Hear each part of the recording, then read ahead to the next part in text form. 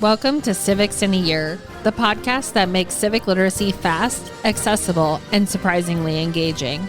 In just 10 minutes an episode, we'll tackle one of 250 essential questions about American democracy, how it works, why it matters, and what it means for you. Whether you're a student, a teacher, or just someone who wants to better understand your country and your rights, you're in the right place. Civics in a Year is powered by the Civic Literacy Curriculum from the Center for American Civics and is produced in partnership with the School of Civic and Economic Thought and Leadership at Arizona State University.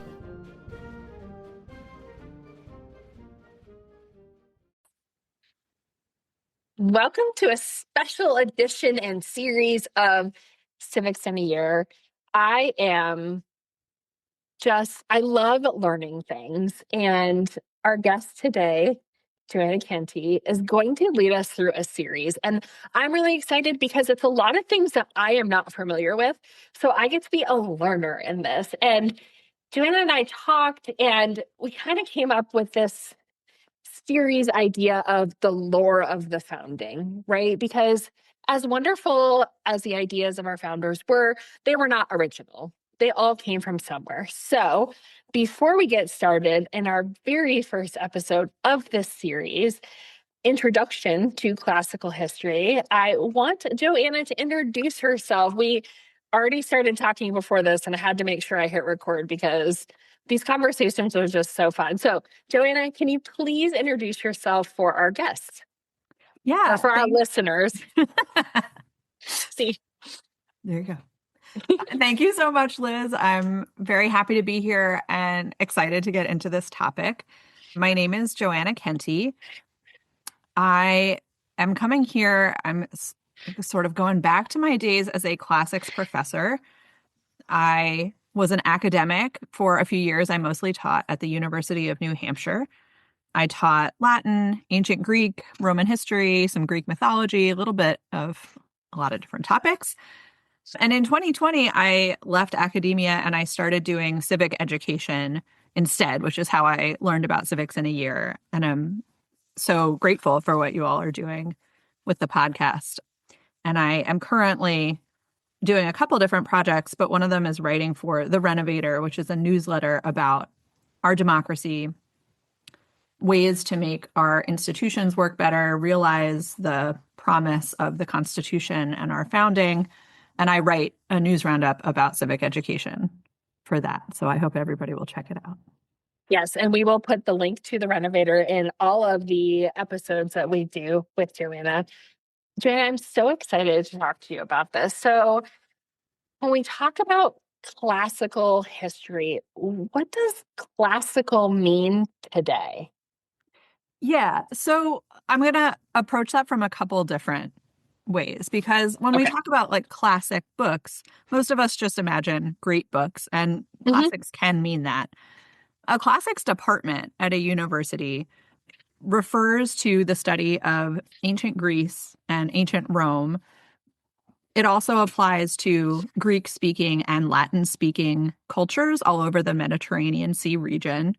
That covers Europe, North Africa, and the Middle East. Time-wise, we're talking, I'm going to get in a fight with a lot of classicists right now. Time-wise, we're talking roughly 800 BCE or so when we start getting written literature and history in Greek through about the 300s CE. There are definitely people in classics departments studying before that, after that. But that's kind of the core. So I went to grad school to get my PhD in classical studies, which meant that I had to take exams in ancient Greek and in Latin. So that's classical studies. I focused on literature, history, politics, but I also took courses in religion, art, and archaeology, different aspects of those civilizations. And those civilizations drew a lot on others in like the Near East, Egypt. The Old Testament and the New Testament are being written around the same time, but I didn't study those languages. So those would be in other departments, even though the cultures were in contact at the time. Yeah, classics departments, it's kind of a funny discipline. It's only actually existed since like 19th century Germany. And some departments are rebranding themselves as ancient Mediterranean studies. There's like a lot of different ways to think about it, but those are the basic outlines. And then classical literature Hmm. is like a little bit of a different term. So in Greek or in Latin, we talk about a classical period of the language. So languages change all the time, right? And different people in different places speak them differently. So there are lots of different dialects of ancient Greek. Latin is spoken very differently in like North Africa versus Greece versus Rome versus Spain. Classical Greek, we think about like Plato's dialogues where Socrates, the Hmm. philosopher, is a speaking character, or maybe like the Greek tragedies of Sophocles, so Oedipus. In art, we might think about like the Parthenon and these like really famous monuments. Those are all from about like the 5th or 4th century BCE. And then on the Latin side, we get a classical period. That's Julius Caesar, it's Cicero, Virgil's Aeneid. Those are from like the 1st century BCE in Rome. And what we mean by classical is that those periods of the language are thought to be very artistically sophisticated.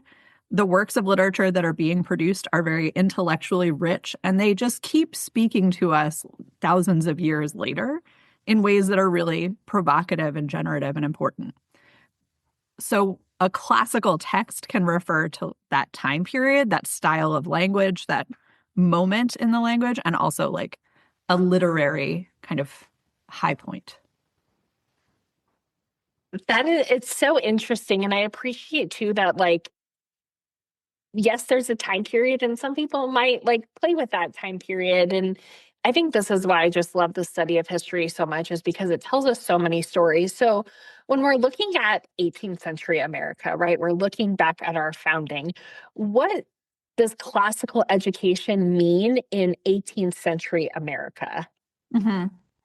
So a lot of American colonists at that time are getting certainly a fair amount of Latin and maybe some Greek as early as like their secondary education, maybe even earlier from tutors that they might have at their home. When they go to school, they might be learning Latin. It was just considered to be one of the building blocks of a good education in the 18th century American colonies and in most of Western Europe. They're inheriting this really long traditions of like medieval monasteries where reading and teaching and copying by hand Mhm. manuscripts of all these texts. That's why we have them today, is because people kept copying them. You know, paper doesn't last that long. So someone like Cicero, I worked on Cicero when I was an academic researcher. He was a lawyer, a politician, a philosopher, and he wrote a lot. And in the medieval period, in monasteries in like Italy and France, they were just copying Cicero over and over. The universities like Oxford or the university in Bologna in Italy, some of the first universities in the world, they're also teaching a lot of Latin, less Greek. Greek is kind of less common until the Renaissance. In the 18th century, it's also the case that there are a lot of classical motifs in architecture and art. And one of the quotations I really love is from a scholar, Caroline Winterer, who wrote a book called The Mirror of Antiquity, Mhm. about how the kind of classical past was all around people in the 18th and 19th century in America. And she said, if we could spend a day with an elite American woman of the early republic, it might go something like this. And then she imagines this woman is sitting and holding a Wedgwood teacup that has a Roman Cupid or an acanthus leaf, part of Greco-Roman art. She might open a magazine. She might read a story about Roman history, so about the Sabine women of ancient Rome. She might find an ode to Columbia, who is the personified goddess who represents the New World, discovered by Columbus, so hence Columbia. She might read to her children from Plutarch or Homer, both ancient authors. Those are books she might have read in a female academy when she was a teenager. she might go in the afternoon to a market with coins emblazoned with the goddess Liberty. So before we had Abraham Lincoln on our pennies in this country, we had Liberty, who is a Roman goddess of freedom. And then she would be walking in the shadow of classical buildings. Here, I'm based out of Philadelphia. So the building I always think about is like the First National Bank. Beautiful marble building, columns in the front, this triangular pediment on top, very Greek looking. And the coins that Caroline Winterer talks about also have Latin on them. So later we get E pluribus unum. Mm-hmm. Before they would declare that this new nation was Rome reborn in a novus order seclorum, a new order of the ages. So it was just all around people at that time. It was one of the things you learned about in school was Greek and Roman history, literature, the language, much more common as a part of education than it is today. I think you could almost compare this to the way that it's really fashionable in Silicon Valley to name things after Lord of the Rings. So like Palantir, the company, is one example, but there are a lot of other companies in that orbit that all have names taken from like terminology or like places or people in Lord of the Rings because people read Lord of the Rings as children. So they like recognize those references, but it's a little bit of like an in crowd. Like you have to know the books really well, but it's like baked into the culture of that particular community. And so it's like something they share in common. That's kind of how I think of classical references among like the founding fathers and 18th century Americans. It's so interesting because when you were talking about Columbia, I was like, oh, the District of Columbia. Like, Right. I was just in Philadelphia. When you're talking about the First National Bank, like I can very easily see all of these things. So when we're looking at, influences on 18th century America and our founding and these Greek and Roman influences, can you speak a little bit more about that? Because again, I don't know a whole lot about it, but as you were talking, I like started to pick up on things. So what are some other influences, both Greek and Roman? I think a lot of the influences, I taught a class when I taught at the University of New Hampshire about the political influence of Greece and Rome on the founders. So when they're thinking about writing a new constitution, as you said in your intro, like they don't want to start from scratch. They've been reading a lot of Enlightenment philosophy about the importance of individual liberty, life, liberty, and property, the rights of human beings, and the social contract. So they have a lot of contemporary ideas, but they also look further back to classical Athens, which was a democracy, and to the Roman Republic, a period when the Romans also had a popular government.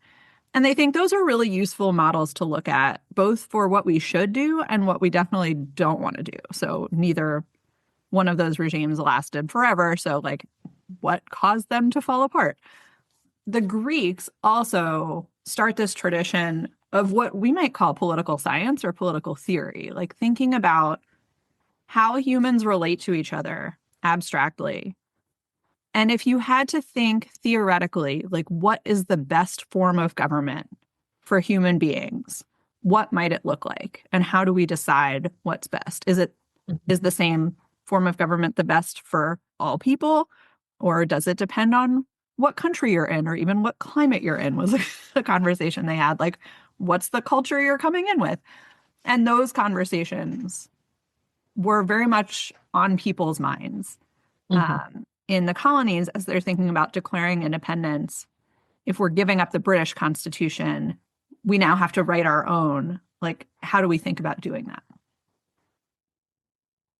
So why then is Rome a more important model for the founders than Greece? Because I always thought that Greece was like Greek democracy and that really was the foundation, but Rome is more important, right? I would say it is. Some of it is on purpose and some is by accident. Let's put it that way. So the on purpose part, Athenian democracy had a lot of good things about it, but it was not a very stable form of government. And the Athenian democracy basically destroys itself from the inside with a Mhm. series of like really bad decisions.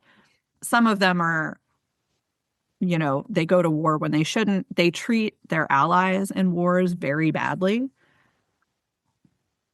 And the longer Athenian democracy goes, we have histories from that period. Thucydides is the main one, and then Plato will kind of look back on it from a generation later Mhm. and say it was just a time of really intense chaos, that you would get this group of people together to make a decision about politics, and somehow their energy would feed off each other, and certain politicians would take advantage of them and whip them up into this frenzy and turn them into a mob. And you just had no idea what they would decide to do. And they weren't making good, rational decisions.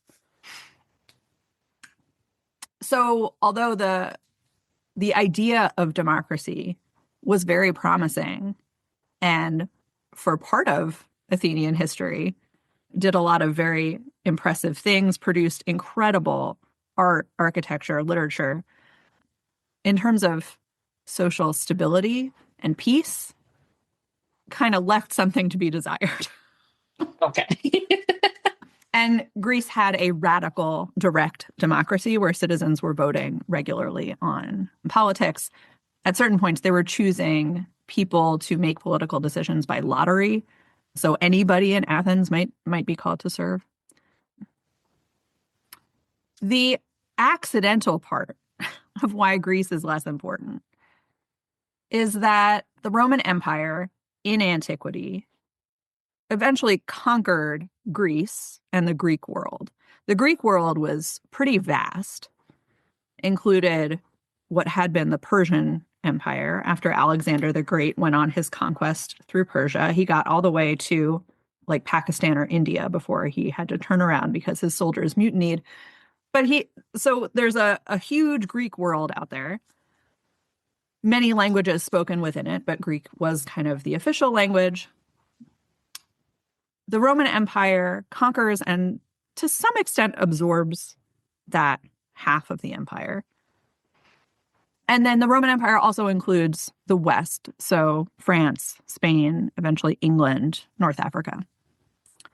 On the Western side, like Latin is widely spoken. Latin doesn't quite take root on the Eastern half.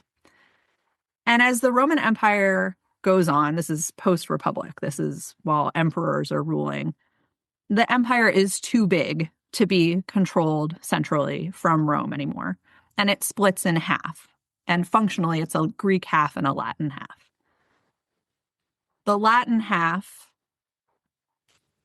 falls. Rome is sacked by invaders, the Goths, and kind of turns into what we now know as like European countries and a series of different kingdoms. The Eastern half continues going, like is still the Eastern Roman Empire up through the fall of Constantinople. So we call it the Byzantine Empire, but they called themselves the Roman Empire. Anyway, it's the Eastern Roman Empire that is still speaking Greek after the city of Rome is sacked. And the Western half of the empire forgets how to read Greek for the most part for like 1,000 years. Oh. Until the Renaissance, when it's sort of rediscovered. A lot of scholars actually come over when the Byzantine Empire falls. They come into Europe bringing Greek with them. But yeah, so the sort of intellectual tradition of classics in Western Europe was mostly Latin and not Greek. Greek is also like a more challenging language and has a separate alphabet. And, for all those reasons, it wasn't taught as widely as Latin was. So that's the accidental reason why Rome is a more important model. So if I am a teacher and I am looking for some primary sources that kind of talk about the classics and connecting them to my classroom, where could I look for our founders? So two of the letters I quote from a lot, you'll see allusions to classical literature and history all over the place. In the founding documents, John Adams has a lot of really great quotations about the classical past. John Adams was like a lifelong Cicero fanboy. This is one of the things I really appreciate about John Adams is that he and I really love spending time with the works of Cicero because Adams had been a lawyer like Cicero. He was also an Hmm. orator and a politician like Cicero. So he wrote to his friend Benjamin Rush, the famous doctor, I should as soon think of closing all my window shutters to enable me to see as of banishing the classics to improve Republican ideas. So the classics are like a window into the idea of how to set up a government for people to govern themselves. Hmm. Um, so that's one of Adams's letters. He also writes in 1804, he's kind of looking back on his time at Harvard and remembering what he was doing then, what he was reading. I mean, he's watching his kids and grandkids grow up and thinking about their education too. And reflecting on his time at Harvard, he says that mathematics and natural philosophy attracted most of my attention when I was there, which I have since regretted because I was destined to a course of life in which those sciences, mathematics and natural philosophy, have been of little use, but the classics would have been of great importance.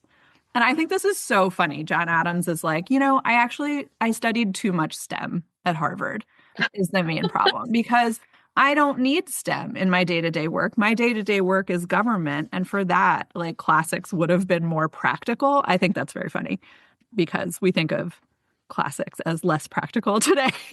But it turns out when you're writing constitutions and governing a country, you know, Greek and Roman political theory, pretty good stuff to read.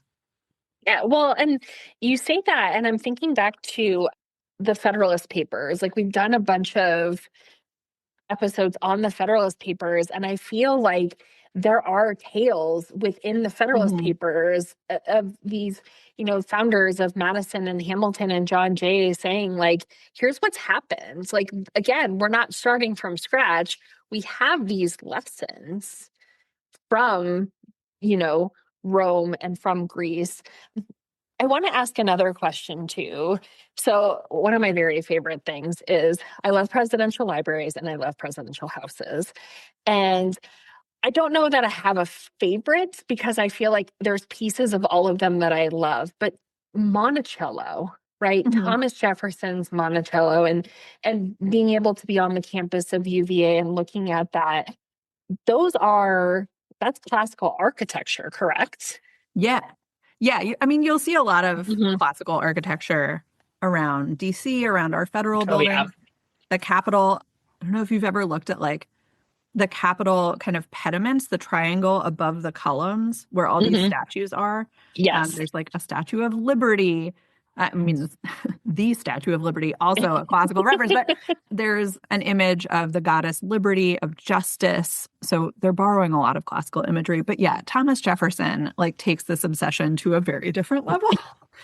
He said so he spent a lot of time in France during the Hmm. Revolutionary War, and he went to the city of Nîmes, and he talks about like falling in love, like falling romantically in love with this building, the Maison Carrée, which is an Augustan Roman temple. That just this perfect little temple with columns and white marble. And he said, everyone in the city of Nîmes must have thought he was insane because he would just sit there staring at this building for hours. When he comes home, I should say part of the irony of these classical buildings now is that we do imagine them as white marble. In antiquity, they were actually very brightly painted. And so they would have looked quite different. There are a lot of like reconstructions. If you go on Google, Oh you can look at wow. what some of these temples looked like. But Jefferson didn't know that. So we get his sort of imagined version. So he comes home. He helps design the Virginia State House based on the Maison Carrée. And then for his own home at Monticello, as you described, he's also looking at a classical building. In that case, he's looking at the Pantheon in Rome. Hmm. The Pantheon, the first Pantheon, was built under the Emperor Augustus, but the one we know now was built under the Emperor Hadrian. So after the time of the Republic. And it's supposed to be kind of a temple to all the gods, but if you've been there, it's huge circular building with a dome. The construction of the dome is really interesting, how they constructed a dome in antiquity. And there's a round hole in the center of the dome called the oculus, the eye. So Hmm. light comes into the Pantheon that way. And Jefferson looked again at the Pantheon and sort of fell in love with it. And so he decides to build one for himself at his home in Monticello. He makes some adjustments to it, but the general principle is the same, of a porch, a rectangular porch in the front with columns in it, and then this dome behind it. And UVA, the University of Virginia, which he is instrumental in establishing, he also built a replica, essentially, of the Pantheon, which is the rotunda at UVA. Hmm.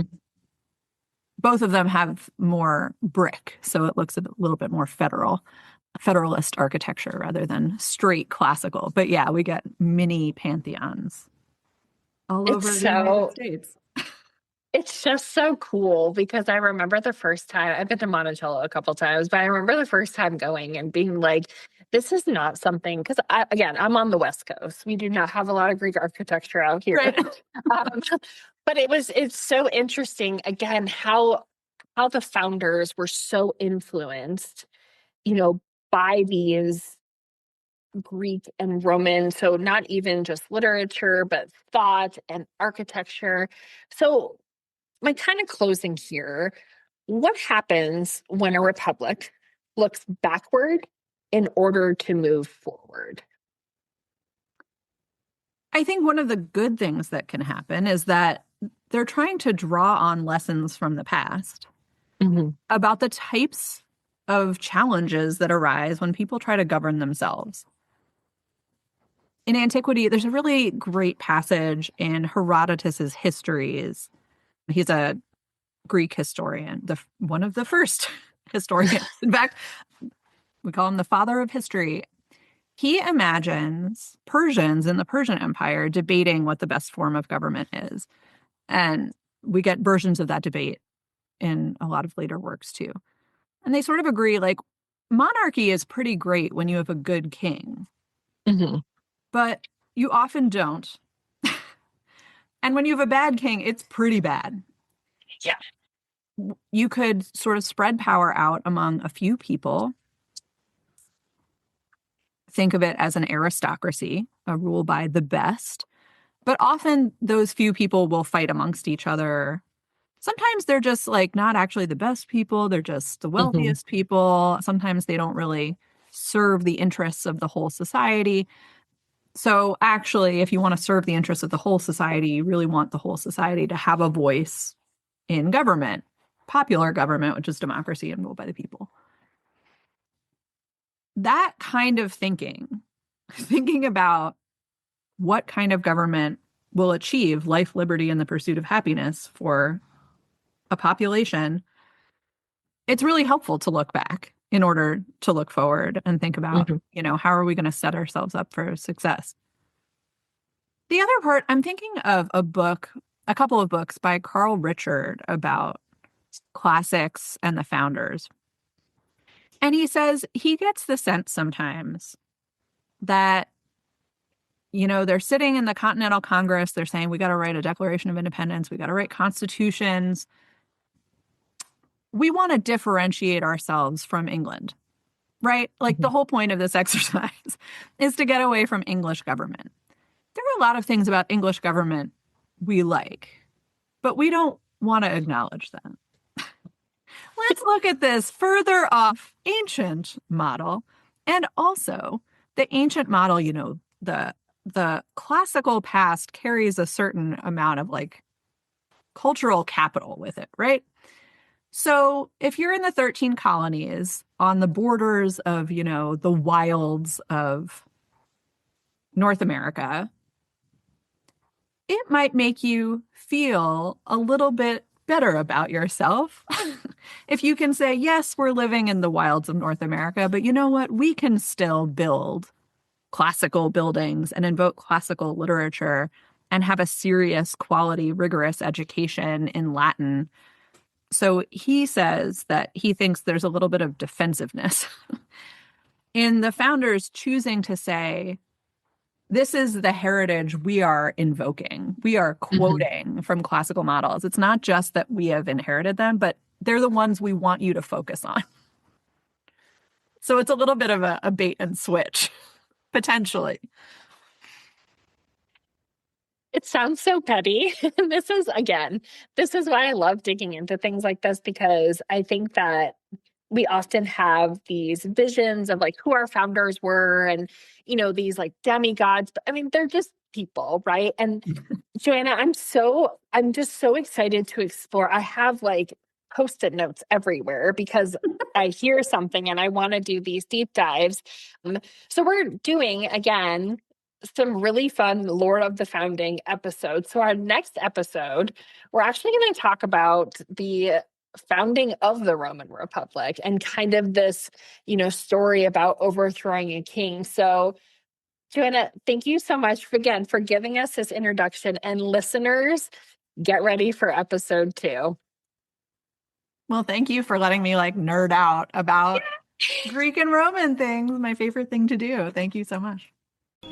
Thanks for joining us on another episode of Civics in a Year. If you enjoyed this episode, be sure to subscribe and share it with someone who cares about a constitutional republic as much as you do.